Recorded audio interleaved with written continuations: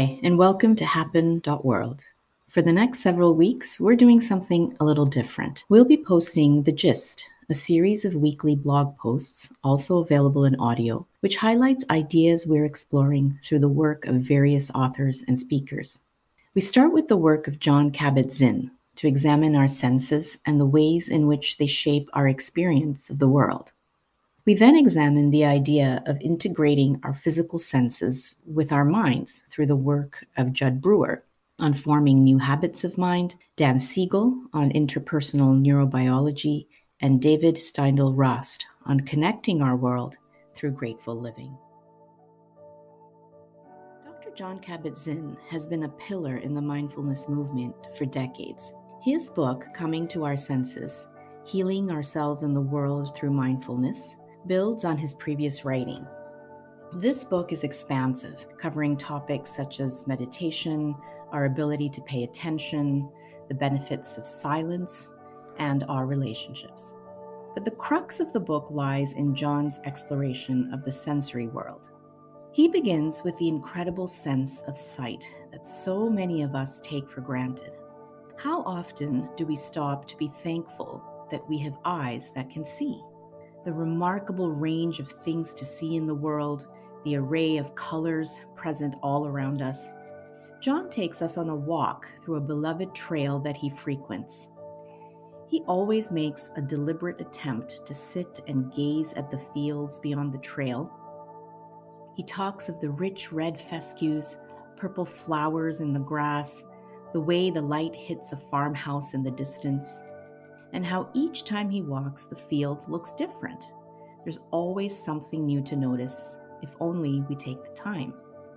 And this noticing, this attending to things with our sight, nourishes us in ways that we would miss altogether if we rush through life on autopilot.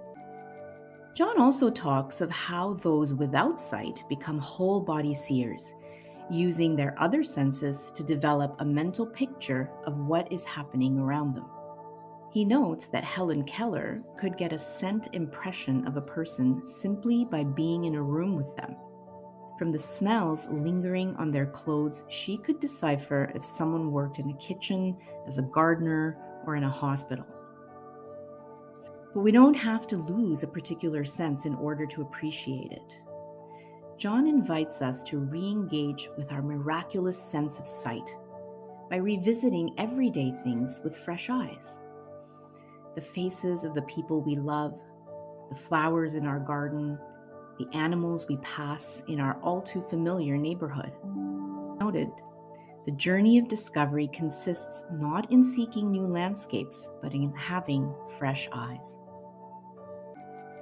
What struck me most was how John talks not only of seeing, but of being seen.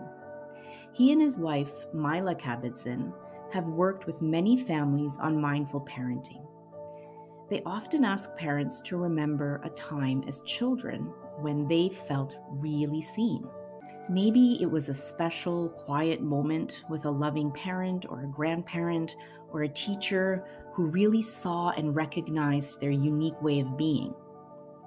By invoking these memories, parents can better understand their own children and the lasting impact when we feel fully attended to. This means seeing other people as who they are, not as we want them to be. We miss so much when we don't see and value each person and what they can bring to this world, no matter how small. A new perspective, a talent all their own, a contribution that only they can make to the world. In the words of Saint Teresa of Lisieux, if every tiny flower wanted to be a rose, spring would lose its loveliness.